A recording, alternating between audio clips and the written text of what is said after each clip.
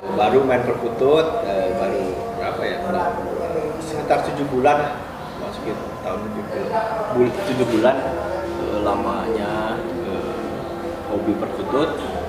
Terus ya awalnya main-main ya, hobi piara, masih belajar sampai sekarang. Saya banyak mengikuti lomba tuh di hanging dan setengah tiang ya. Sekarang saya mulai belajar lah.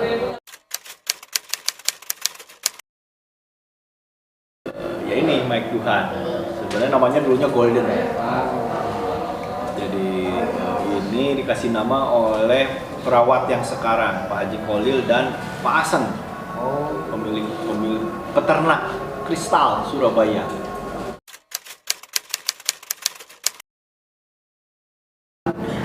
Mike Tuhan mungkin dia suka karakter pembalap MotoGP dulu ya, legend. Namanya Mike Tuhan. Mike Tuhan itu kan stabil, juara dunia, the legend. Jadi setahu saya Mike Tuhan itu dalam fight one by one ya untuk MotoGP itu sangat tangguh. Ya, moga-moga kita harapkan burung ini seperti Mike Tuhan. Seperti Mike Tuhan yang selalu menyalip di tikungan. Cuma memang jadi perhatian. Ya, lumayan jadi perhatian dengan kualitas suara yang agak berbeda dengan burung lainnya. Kalau menurut saya, burung ini datang itu sudah diatur oleh Tuhan. Menurut saya, karena saya dari out of nowhere, orang yang tidak mengerti burung, tiba-tiba dikasih burung seperti ini. Sebenarnya saya tidak main di dewasa, cuman ya mungkin Tuhan berkehendak lain, mungkin Tuhan ada maksud lain buat saya. Jadi ya saya hanya bisa bersyukur karena saya sangat bersyukur di apapun ya. Bahkan sama sekarang main perkutut pun saya didukung oleh banyak. Andrew Joyce sebagai mentor saya yang sangat baik, Asen sebagai Kristal, Andy Fortune terutama yang selalu support saya, lalu ada Pak Haji Kholil terutama yang selalu memberikan pencerahan dan ilmu yang sangat luar biasa. Kalau di mekanik itu Haji Kholil itu sudah termasuk the best. Saya melihat dia ngurus burung ini, saya lihat main perkutut tapi etos kerjanya seperti mekanik papan atas di dunia, bukan di Indonesia saya bilang. Karena saya sering melihat mekanik di MotoGP, bagaimana mereka bekerja. Mirip gitu. Mirip. Karena ini Pak. Jadi step by step untuk mengatur burung itu dia bisa atur. Dia sangat disiplin. Dia sangat ya terutama skill ya. Saya takjub. Perkutut ini kan mainan ya? Kalau dari segi saya, ini kan mainan orang tua yang hanya hobi. Tapi kalau saya lihat sosok Haji Kholil itu sudah seperti bule-bule bekerja itu seperti begitu. Kalau di MotoGP seperti Haji Kholil dari pagi seperti ini, mungkin yang lainnya pun akan seperti itu. Lihat ya, di perkutut ini sudah bukan main-main menurut saya. Saya lihat takjub ya, melihat perkembangan di perkutut dengan komunitas yang besar, orang-orangnya juga baik-baik. Jadi memang di lapang kita rival, tapi di luar kita bersahabat. Nah ini yang menurut saya akan menjadi bagus lah. Ya saya sih sangat percaya perkutut Indonesia kan sudah bertahan lama. Setelah bertahan lama ini, saya melihat cuman kita bermain hanya pribadi ke pribadi, tidak ada misalnya dukungan pemerintah, tapi mereka bisa sendiri how to arrange the event. Ya kayak tadi saya lihat dari hari ke hari kejuaraan nasional semakin baik. Tadi di Bogor acaranya Poli Jabotabek itu udah keren tuh saya, dengan sistem pengambilan nomor yang bagus serta terapi. Mungkin tinggal yaitu tugas teman-teman di perkutut ini, bisa tidak mereka akan menjual perkutut ini menjadi seperti industri, misalnya seperti balap motor. kita nggak ngomong Indonesia ya. Kalau Indonesia sebenarnya udah jalan, di nasional udah bagus. Cuman maksud saya Perkutut ini bisa nggak dijual? Misalnya bikin live atau penilaian itu misalnya satu sanggar, satu CCTV. Ya, jadi satu sanggar mungkin memang mahal, tapi kesananya menurut saya akan lebih baik misalnya pemecahannya ya harus bicara lah dengan misalnya dinas peternakan, departemen pariwisata. Ini kan seperti pariwisata, kayak kemarin tadi di Bogor, kita acara di Bogor. Dari seluruh Indonesia, yang nasional datang ke Bogor. Pemasukannya. Ya, hotel penuh, makanan banyak, yang laku ya. Kalau misalnya Grab, Gojek, jalan semua. Nah, maksud saya, ya harusnya pemerintah atau teman-teman dari persatuan Perkutut di Indonesia ini bisa berbicara lah. Ini mau gimana nih? Kita punya aset yang sangat besar, kan kita pengrajin sangkar ada, ya, peternak ada, pelomba ada. Itu kan menurut saya ya bisa dibikin seperti dikemas yang ya mungkin UMKM-nya digarap, misalnya jualan sangkar, bertemu, jualan pakan, peternakan, ngobrol. Ya sebenarnya seharusnya menurut saya, seharusnya pemerintah campur tangan. Cuman tanpa campur tangan pemerintah pun saya yakin bisa.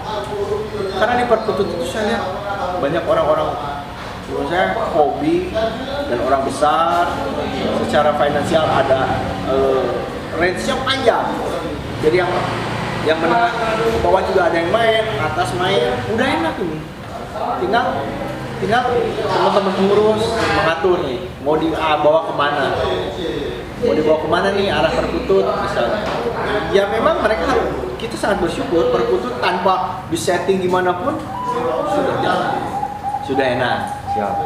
Bagi saya sih itu tanpa diatur secara organisasi yang baik pun masih seperti sekarang pun. Tapi kalau saya lihat ya sekarang itu organisasi jalan ini ya karena penggemarnya banyak, penggemarnya juga mereka kreatif, berternak dengan riset anak ini ketemu ini ya.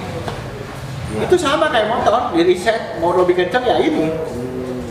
Jadwal lomba tertib, keram, bayangin aja kayak kemarin di Jawa Timur ada 4 dalam 1 minggu, 4 ya. Itu kan, itu menurut saya aset bos. Itu aset. Tinggal kita bisa nggak, misalnya kolaborasi kalau misalnya ada kejurnasnya betul-betul. Jadi kalau di saya itu, kalau orang marketing bilang harus dimarketingkan, dikapitalisasi misalnya. Lomba harus ada di Sumatera Utara, pemerintah bantu akomodasi pesawat sono, jadi membuka channel baru di Sumatera Utara kan jangan.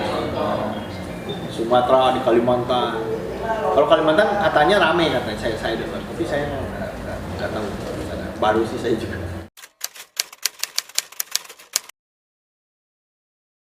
Jadi saya ini intinya kan awalnya menikmati burung, mendengar suara, udah enak. Sekarang ikut lomba, jadi saya mengukur diri saya untuk beternak saya belum mampu.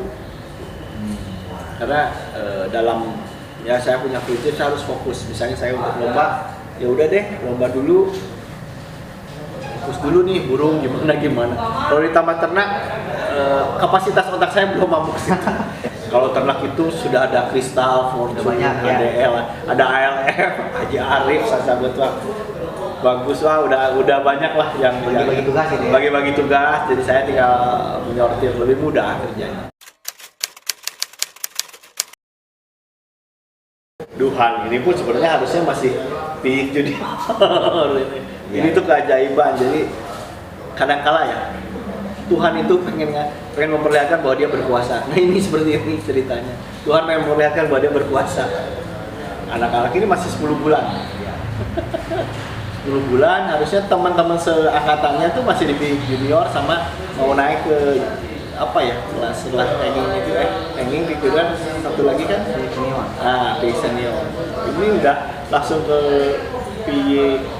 ke senior, dewasa senior, bisa 4 kali walaupun di latihan ya. Tapi kalau saya sih ya bersyukur bos. Siap. banyak yang sudah nawar ke saya. Cuman ya kayak anak kecil yang main mobil-mobilan ya, kan senang. Lagi senang. Iya, masa mau diambil, pasti kamu kan Nangis ya. lagi senang-senangnya. Cuman saya sih tidak menutup kemungkinan. Mungkin beberapa orang lebih membutuhkan dia, ya pasti saya kasih. No komen saya belum tahu. Saya no komen. Masih apa ya? Masih gitu lah. Saya nggak ngerti lah masalah burung. Berapa ekor? Ada kurang lebih 8 yang sudah selalu dapat piala ya. Di hanging dapat piala, ada yang stabil 4 lah deh.